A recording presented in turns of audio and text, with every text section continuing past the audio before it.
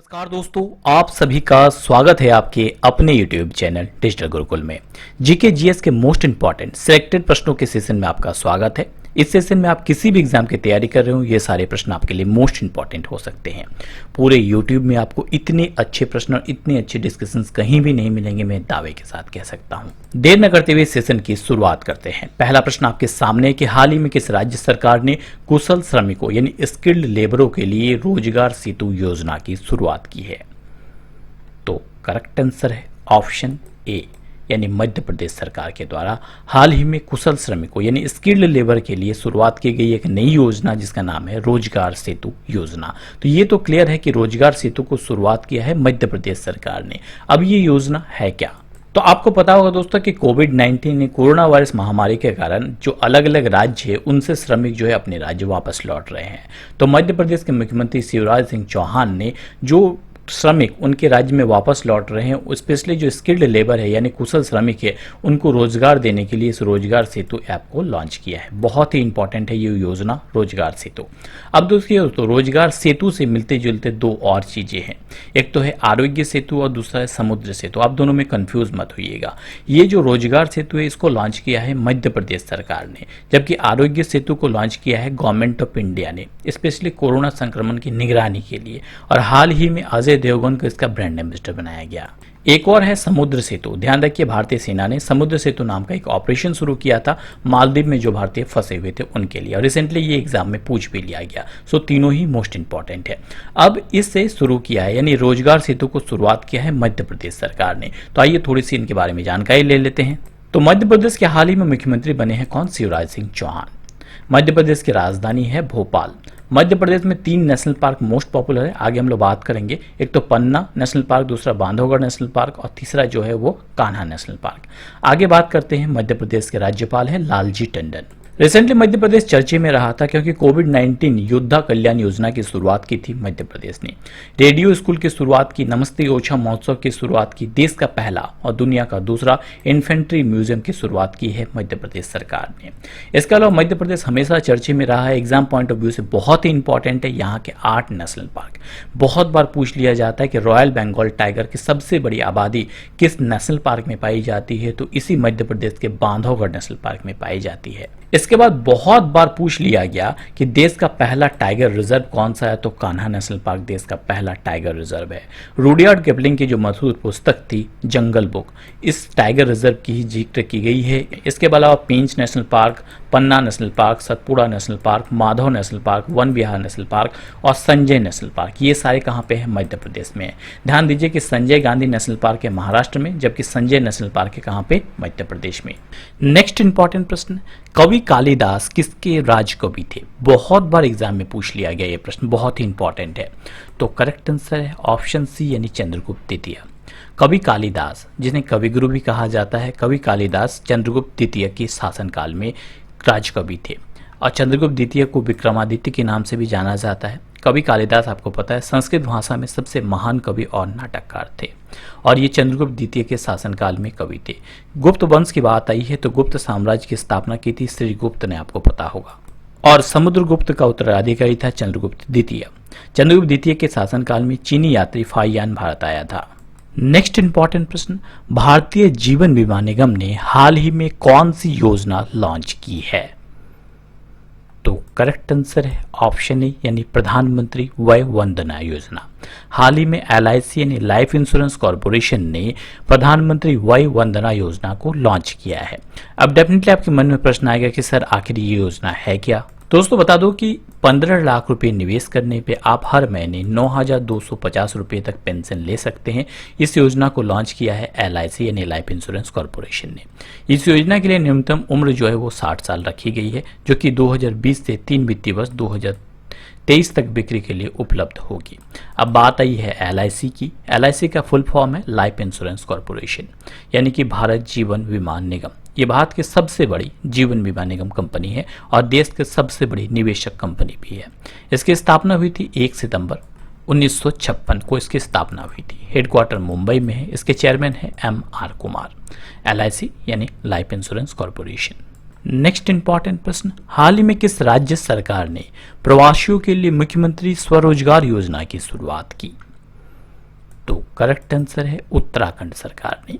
जैसे कि हम लोगों ने थोड़ी देर पहले मध्य प्रदेश सरकार की एक योजना देखी, सेम इसी तरह की एक योजना लॉन्च की गई है उत्तराखंड सरकार के द्वारा, जिसका नाम रखा गया है मुख्यमंत्री स्वरोजगार योजना। अब डेफिनेटली आपके मन में प्रश्न आएगा कि सर ये योजना है क्या।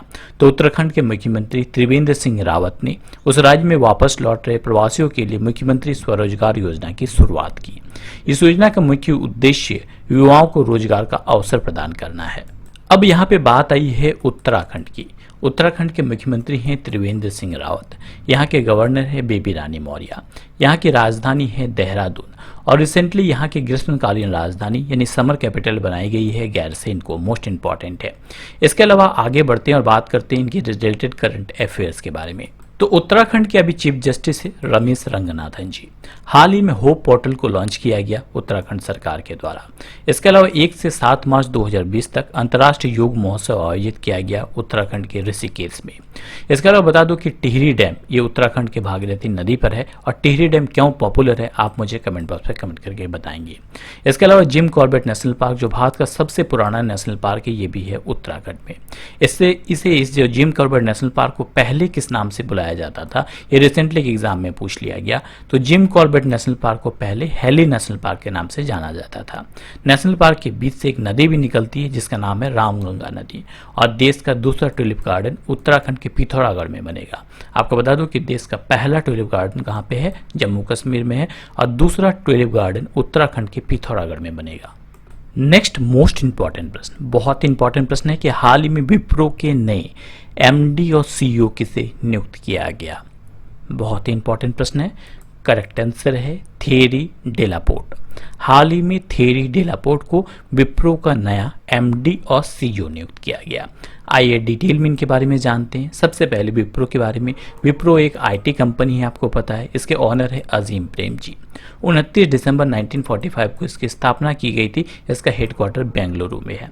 अब विप्रो के बारे में आपको पता चल चुका है और विप्रो ने पहली बार किसी विदेशी को एमडी सीईओ नियुक्त किया है। आपको पता होगा कि विप्रो के इससे पहले एमडी सीईओ कौन थे, तो अबिदाली नेमुचवाला इससे पहले एमडी सीईओ थे। 1 जून 2020 से नए एमडी और सीईओ के रूप में पदग्रहण करेंगे कौन, थेरी डेलापोर्ट जी। ठीक है, आगे बढ़ते हैं, बात करते हैं। ऑप्शन में 3 नाम और है, केविन मेयर, वी विद्यापति और गोविंद राजुलू। ये कौन है, तीनों ही नाम मोस्ट इंपॉर्टेंट है। अब ध्यान रखिए, केविन मेयर ये टिकटॉक के नए सीईओ बने हैं, मोस्ट इंपॉर्टेंट नियुक्ति है, ध्यान रखिए। वी विद्यापति ये कौन है, भारतीय पुरातत्व सर्वेक्षण यानी आर्कोलॉजिकल सर्वे ऑफ इंडिया के नए अध्यक्ष बनी है। और तीसरा है गोविंद राजुलू, ये नाबार्ड के अगले अध्यक्ष के रूप में नियुक्त किए गए हैं। सो तीनों ही मोस्ट इंपॉर्टेंट है, ध्यान रखिए एग्जाम पॉइंट ऑफ व्यू से सारी चीजें नोट करते जाइए। और दोस्तों अगर आप लोगों को मेरा सेशन पसंद आ रहा है तो 1 मिनट रुक के पहले आप लाइक कर लीजिए। ठीक है, लाइक कर लिया आपने, चलिए आगे बढ़ते हैं। आई होप आप लोगों ने लाइक कर लिया होगा। दोस्तों वीडियो को बनाने में बहुत मेहनत लगती है, इसी कारण से मैंने आपसे कहा। बढ़ते हैं आगे कि भारत का सर्वोच्च नागरिक सम्मान कौन सा है। तो करेक्ट आंसर है ऑप्शन ए, यानी सर्वोच्च नागरिक सम्मान भारत का है भारत रत्न। ठीक है, हाईएस्ट सिविलियन अवार्ड है कौन सा, भारत रत्न। अगर पूछा जाए भारत का दूसरा सर्वोच्च सम्मान कौन सा है तो पद्म विभूषण है। तीसरा सर्वोच्च सम्मान कौन सा है तो पद्म भूषण है और चौथा है पद्मश्री। और इन सब को मिलाकर बनता है क्या, पद्मा अवार्ड। ठीक है, चलिए आगे बढ़ते हैं। अगला प्रश्न है 2020 में भारत रत्न कितने व्यक्तियों को प्रदान किया गया। ये तो हम लोगों ने जान लिया कि भारत का सर्वोच्च नागरिक सम्मान है भारत रत्न, बट 2020 में कितने व्यक्तियों को ये प्रदान किया गया। तो करेक्ट आंसर है किसी को भी वर्ष 2020 में भारत रत्न नहीं दिया गया। अब इनसे रिलेटेड कुछ ऐसे प्रश्न हैं जो बार बार रिपीट होते हैं, जैसे भारत रत्न प्राप्त करने वाले पहले गैर भारतीय कौन थे, तो खाल अब्दुल गफ्फार खान। भारत रत्न किसके द्वारा प्रदान किया जाता है, तो भारत के राष्ट्रपति यानी प्रेसिडेंट ऑफ इंडिया के द्वारा प्रदान किया जाता है। भारत रत्न की शुरुआत कब हुई थी, 1954 यानी 1954 में सबसे पहले भारत रत्न दिया गया था। कुल 3 व्यक्तियों को मिला था, डॉक्टर सर्वपल्ली राधाकृष्णन जो भारत के दूसरे राष्ट्रपति हैं, 1954 में डॉक्टर सर्वपल्ली राधाकृष्णन को मिला। इसके अलावा सी राजगोपालचारी जो भारत के अंतिम गवर्नर जनरल थे, और सी वेंकटरमन जिनको कि नोबेल पुरस्कार मिला था भौतिकी यानी फिजिक्स के क्षेत्र में। इन तीनों को सबसे पहले नोबेल पुरस्कार दिया गया था 1954 में। इसके अलावा बता दूं कि पूछा जाता है कि 2020 में तो किसी को भी नहीं दिया गया भारत रत्न, बट 2019 में कितने व्यक्तियों को दिया गया? तो कुल 3 व्यक्तियों को दिया गया था। प्रणब मुखर्जी जो भारत के पूर्व राष्ट्रपति थे, भूपेन हजारिका और नानाजी देशमुख, इन तीनों को 2019 में भारत रत्न दिया गया था। चूंकि 2020 में किसी को भी नहीं दिया गया, इसलिए ये तीनों ही नाम मोस्ट इंपॉर्टेंट है। पूछा गया रिसेंटली के एग्जाम में कि अब तक कितने व्यक्तियों को भारत रत्न से सम्मानित किया जा चुका है, तो कुल 48 व्यक्तियों को यानी 48 व्यक्तियों को अभी तक सम्मानित किया जा चुका है। कितने व्यक्तियों को 2020 में पद्म पुरस्कार से सम्मानित किया गया? तो 141 व्यक्तियों को सम्मानित किया गया। आपको मैंने बताया कि पद्म विभूषण, पद्म भूषण, पद्मश्री और भारत रत्न को मिलाकर बनता है क्या? पद्म पुरस्कार। 141 व्यक्तियों को दिया गया, जिनमें से 7 व्यक्तियों को पद्म विभूषण दिया गया, 16 व्यक्तियों को पद्म भूषण दिया गया और 118 व्यक्तियों को पद्मश्री से सम्मानित किया गया। तो तीनों चीजें आप लोग ध्यान रखिए। नेक्स्ट मोस्ट इंपॉर्टेंट प्रश्न, हाल ही में केरल की पहली महिला डीजीपी के रूप में किसे नियुक्त किया गया? तो करेक्ट आंसर है आर श्रीरेखा को। आर श्रीरेखा को केरल की पहली महिला डीजीपी के रूप में हाल ही में नियुक्ति दी गई है। आइए थोड़ी डिटेल में बात करते हैं। केरल की पहली पुलिस महानिरीक्षक बनने वाली महिला बनी है कौन? श्रीरेखा। इसके अलावा केरल सरकार के फायर एंड रेस्क्यू सर्विसेज की डीजीपी के रूप में उन्हें नियुक्त किया गया है। आपको बता दूं कि श्रीरेखा केरल की पहली महिला आईपीएस अधिकारी भी रही है, इस कारण से ये नाम मोस्ट इंपॉर्टेंट है, श्रीरेखा। इसके अलावा ऑप्शन में 3 नाम और है, विश्वास मेहता, नुपुर कुलश्रेष्ठ और चंद्रिमासा। ये तीनों कौन है? आइए बताता हूँ।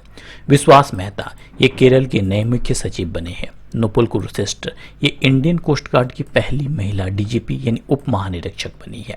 चंद्रिमासा ये भारतीय राष्ट्रीय कांग्रेस अकादमी यानी इंडियन नेशनल साइंस अकादमी, माफ कीजिएगा भारतीय राष्ट्रीय विज्ञान अकादमी यानी कि इंडियन नेशनल साइंस अकादमी की पहली महिला अध्यक्ष चुनी गई है।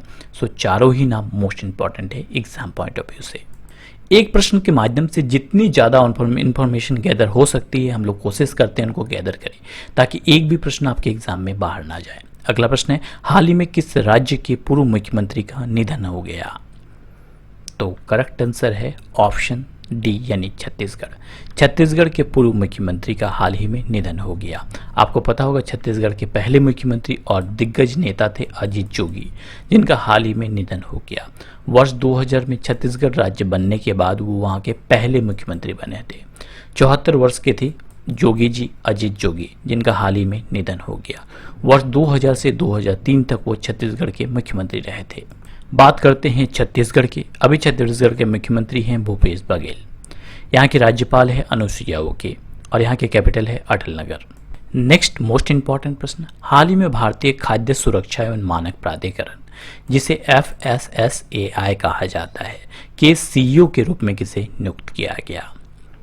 तो करेक्ट आंसर है ऑप्शन सी यानी अरुण सिंघल। अरुण सिंघल को हाल ही में food safety and standard authority of India का नया CEO बनाया गया। बात करते हैं FSSAI की, फुल फॉर्म है food safe and standard authority of India. 2011 में इसकी स्थापना की गई थी। हेडक्वार्टर नई दिल्ली में है। इसके चेयरपर्सन है रीतू टोएटिया और हाल ही में अरुण सिंघल को इनका नया CEO यानी मुख्य कार्यकारी अधिकारी बनाया गया। अब ऑप्शन में 3 नाम और है, SN राजेश्वरी, जानवी फूकन और V विद्यापति। ये तीनों कौन है? तो आपको बता दूं SN राजेश्वरी हाल ही में ओरिएंटल इंश्योरेंस कंपनी के CMD बनी है। जानवी फूकन हाल ही में फिक्की लेडीज ऑर्गेनाइजेशन के राष्ट्रीय अध्यक्ष बनी और V विद्यापति हाल ही में भारतीय पुरातत्व सर्वेक्षण यानी आर्कोलॉजिकल सर्वे ऑफ इंडिया की अध्यक्ष बनी है। सारे ही नाम मोस्ट इंपॉर्टेंट है। नेक्स्ट इंपॉर्टेंट प्रश्न, हाल ही में भारतीय खेल प्राधिकरण यानी स्पोर्ट्स अथॉरिटी ऑफ इंडिया के महानिर्देशक का कार्यकाल 2 साल के लिए बढ़ा दिया गया। क्या आप बता सकते हैं कि साई के महानिर्देशक कौन हैं? तो करेक्ट आंसर है संदीप प्रधान। संदीप प्रधान साई के महानिदेशक थे और उनका कार्यकाल 2 साल के लिए बढ़ा दिया गया। आपको बता दूं कि संदीप प्रधान का कार्यकाल जून महीने में समाप्त होना था, बट इनका कार्यकाल अब 2 साल के लिए बढ़ा दिया गया। स्पोर्ट्स अथॉरिटी ऑफ इंडिया ने लॉकडाउन के बाद खिलाड़ियों के प्रशिक्षण शुरू करने के लिए एक समिति बनाई, जिसकी अध्यक्षता कौन करेंगे? रोहित भारद्वाज। आपको बता दूं कि रोहित भारद्वाज साई के सचिव है। इसके अलावा ऑप्शन में 3 नाम और है, राहुल देव, मनोज आहूजा और गोविंद राजलू। ये तीनों कौन है? राहुल देव ये पाकिस्तानी एयरफोर्स के पहले हिंदू पायलट बने हैं। मोस्ट इंपॉर्टेंट प्रश्न है, ध्यान रखिए। मनोज आहूजा ये CBSE के चेयरमैन बने हैं। गोविंद राजुलू ये नाबार्ड के अगले अध्यक्ष बने हैं। अब बात करते हैं साई के बारे में। साई का फुल फॉर्म है स्पोर्ट्स अथॉरिटी ऑफ इंडिया, यानी भारतीय खेल प्राधिकरण। 25 जनवरी 1984 को इसका फाउंडेशन हुआ था। दोस्तों, आज के लिए आपके क्विज का प्रश्न, अगर आप लोगों को वीडियो पसंद आए तो लाइक, शेयर और सपोर्ट करना मत भूलिए। हाल ही में चीनी कंपनी टिकटॉक का नया सीईओ किसे नियुक्त किया गया? आपको इसका उत्तर कमेंट बॉक्स पर कमेंट करके बताना है। मैंने इसके प्रीवियस वीडियो में भी डिटेल में डिस्कस किया था और इस वीडियो में भी मैंने बताया है। आई होप आप सब इसका उत्तर कर पाएंगे कि टिकटॉक का नया सीईओ कौन बने हैं। उत्तर आप कमेंट बॉक्स में कमेंट कर सकते हैं। दोस्तों, आज के लिए इतना ही। जल्द ही लौटेंगे नए वीडियो, नए नॉलेज के साथ। तब तक हंसते रहिए, मुस्कुराते रहिए। Thanks for watching my video. जय हिंद, जय भारत दोस्तों।